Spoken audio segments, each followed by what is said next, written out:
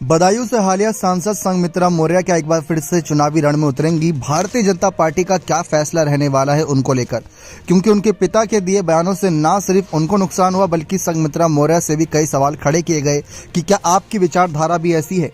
तो संघमित्रा मौर्य ने साफ कहा कि उनकी विचारधारा इससे उलट है। वे सनातन धर्म हिंदू धर्म को मानती हैं, क्योंकि भारतीय जनता पार्टी में रहकर अगर उनका विरोध करेंगी तो कहीं ना कहीं उन्हीं के खिलाफ विरोध शुरू हो जाएगा।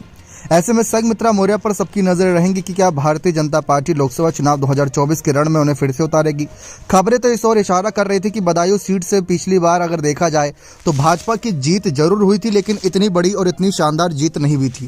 कह सकते हैं कि बस लास्ट में कहीं ना कहीं एक जीत ही हासिल हुई और ज्यादा बड़ा डिफरेंस नहीं था। तो वो डिफरेंस इस चुनाव में खत्म कर सकते हैं। धर्मेंद्र यादव एक बार फिर से उतारे जाएंगे, यही अब कहीं ना कहीं खबरें हैं, और उतारे जाते हैं तो फिर से वे अपनी सीट हासिल करना चाहेंगे। इसीलिए बीजेपी वहां पर किसी और बड़े चेहरे को, जिसमें केशव प्रसाद मौर्य को लेकर चर्चा थी कि उनको उतारने की चर्चा हो रही है, लेकिन अगर उनको उतारा भी जाता है तो डिप्टी सीएम पद का क्या, कई सारे सवाल खड़े थे। लेकिन इस बीच एक चर्चा ये भी थी कि अगर संघमित्रा मौर्य को हटा दिया जाता है तो क्या उन्हें दूसरी किसी सीट से उतारा जाएगा या फिर क्या जिम्मेदारी दी जाएगी, क्योंकि फिर हो सकता है कि उनको रोका जाए, फिर विधानसभा चुनाव में उतारने के लिए उनको पार्टियां बनाए रखें। तो सांसद पद से नीचे क्या वह मानेंगी, ये सवाल है।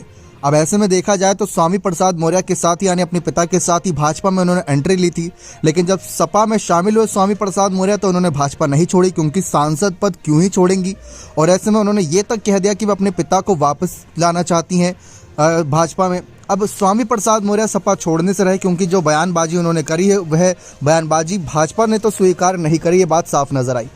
लेकिन ऐसे में क्या विकल्प बचेंगे उनके सामने, ये देखना दिलचस्प रहेगा कि क्या स्वामी प्रसाद मौर्य की बेटी समाजवादी पार्टी में जाने का फैसला करेंगे, क्योंकि अभी सीट शेयरिंग का मामला चल रहा है, अभी कैंडिडेट की लिस्ट फाइनल हो रही है। अगर इस बीच संघमित्रा मौर्य भी जाती हैं तो वहां से उनके जीतने के चांसेस बढ़ जाएंगे, क्योंकि पहले तो उनको पिता का साथ मिल जाएगा, फिर दूसरा इंडिया दल भी उनके साथ है, वहां पर भी उनको मजबूती मिलेगी।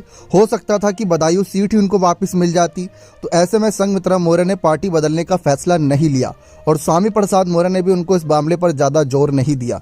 तो देखना दिलचस्प रहेगा कि स्वामी प्रसाद मौर्य तो एक सपा के महासचिव नेता के तौर पर जाने जा रहे हैं, लेकिन संघमित्रा मौर्य को लेकर भाजपा की अगली रणनीति क्या रहने वाली है। बने रहे चैनल के साथ, बहुत बहुत धन्यवाद।